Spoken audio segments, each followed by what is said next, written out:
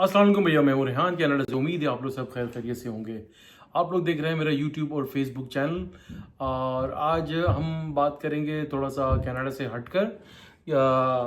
Topic हमारा होगा वही वीज़ाज़ के लेकर। इंग्लैंड में इस वक्त एक बहस जारी है और वहाँ के जो फेडरल मिनिस्टर्स हैं वो एक उस बात के ऊपर काफ़ी सोच विचार कर रहे हैं कि भाई जो है कुछ कंट्रीज़ के वीज़ा को रिस्ट्रिक्ट किया जाए, यानी कि लिमिट किया जाए। इनको लेट सपोज अगर किसी कंट्री को साल में 10,000 वीज़े इशू किए जाते हैं तो उनके कम करके यानी XYZ लाइक 7-8 हज़ार कर दिए जाए, तो 50% ऑफ कर दिए जाए, यानी कि 10 की जगह 5,000 वीज़े कर दिए जाए।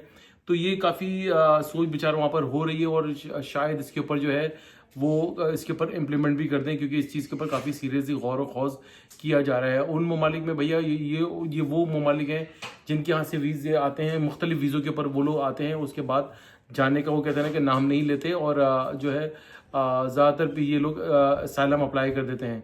इनमें स्टूडेंट वीज़े के ऊपर भी आते हैं, वर्क वीज़ा के ऊपर भी आते हैं और विजिट वीज़े के ऊपर भी आते हैं। तो इस चीज़ को लेकर इंग्लैंड की गवर्नमेंट काफ़ी परेशान है और काफ़ी इस चीज़ के ऊपर सोचो विचार किया जा रहा है कि भाई इनमें से ये जो 3 कंट्रीज़ हैं इनके ऊपर जो है थोड़ा सा इनको रिस्ट्रिक्ट किया जाए, इनके ऊपर इनके वीज़ों के ऊपर कैप लगाया जाए, रिस्ट्रिक्शन की जाए। तो उसमें जो है नंबर 1 कंट्री जो हमारी पाई गई है वो है पाकिस्तान, जिसमें से पाकिस्तान में जो अब तक वहाँ पर जो लोगों ने वीज़े असाइलम अप्लाई किए हैं उनमें जो मुख्तलिफ वीज़ों के ऊपर आने के बाद वो लोग जो हैं वो असाइलम अप्लाई किए हैं पाकिस्तानी जो हैं वो हैं 10,592 अफराद ने जो है वो पॉलिटिकल असाइलम के लिए अप्लाई किया, रेफ्यूजी क्लेम किया वहाँ पर।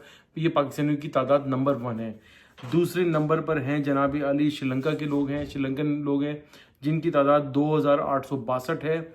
इन लोगों ने भी मुख्तलिफ वीज़ों के ऊपर आने के बाद जब ज़ायदुल मियाद हो गया वीज़ा तो उसके बाद इन्होंने जाने के बजाय पॉलिटिकल असाइलम के ऊपर डिपेंड करने की यानी कि लाइक पॉलिटिकल असाइलम यानी कि पॉलिटिकल होता है या रेफ्यूजी होता है, अपने आप को असाइलम के तौर पे उन्होंने पेश किया और अप्लाई करा। तीसरे नंबर पर जनाब अली आ रहे हैं आपके नाइजीरिया के लोग हैं जिनकी तादाद है 2,841, 2,841। ये 3 ममालिक है जिनको ये पॉइंट आउट किया गया है कि भाई सबसे ज़्यादा ये लोग आकर जो है आने के बाद स्टडी वीज़ा लेते हैं या किसी भी वीज़े के ऊपर आते हैं। तो ये उसके बाद जाने का जब इनका वीज़ा ख़त्म हो जाता है या इनकी जो एक वीज़ा एक्सपायर हो जाता है, यानी कि एक ही बात है ये लोग उसके बाद फिर ये वापस नहीं जाते और मुख्तलिफ तरीक़ों से जो है पॉलिटिकल असाइलम या रेफ्यूजी क्लेम फाइल कर देते हैं।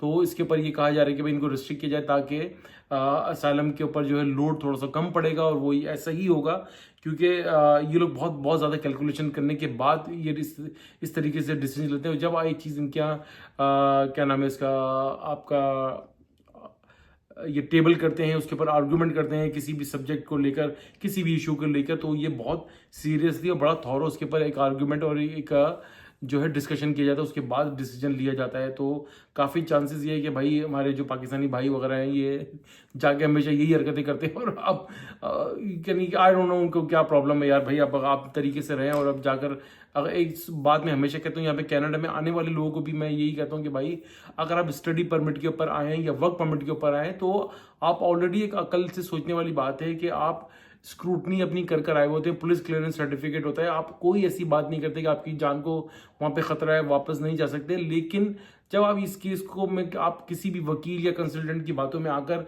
ये इस तरह की बातें, इस तरह के केसेस अपने डाल देते हैं, आपका केस ऑलरेडी काफ़ी वीक हो जाता है और आप काफ़ी वनरेबल पोजीशन के ऊपर चले जाते हैं और आपको रिफ्यूजी आपका क्लेम जो है वो आप टाइम तो बाय कर लेते हैं लेकिन आपका लाइक डाउन द रोड जाके वो अप्रूव नहीं होता। लेकिन फिर भी आप लोगों को चले, आप लोगों को बहुत शौक है इस तरह के काम करने का, लंबा रुकने का, तो आप करते रहें। लेकिन मेरी एडवाइस ये है कि अगर आप किसी भी इस किस्म के वीज़े के ऊपर आ रहे हैं, स्टडी परमिट या वर्क परमिट और इस तरह के कोई भी लाइक लीगल चैनल के थ्रू अगर आप आते हैं तो याद रखिएगा आपके पॉलिटिकल असाइलम या किसी भी असाइलम के रेफ्यूजी क्लेम फाइल करने के चांसेस बहुत ज़्यादा कम हो जाते हैं। तो इस बात का बहुत ख्याल रखिएगा, अपना बहुत बहुत ध्यान रखिएगा। तो अब तक के लिए इतना ही भैया। आज मैं चले आप लोगों को ये रिपोर्ट दे दूं, अपडेट दे दूं कि भाई इंग्लैंड से ये खबर आ रही है। तो इंशाल्लाह ताला नेक्स्ट व्लॉग में फिर हाजिर होंगे।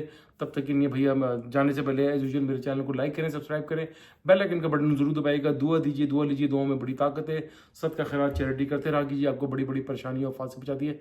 इंशाल्लाह ताला नेक्स्ट व्लॉग में फिर हाजिर होंगे। तब तक के लिए अल्लाह हाफिज़।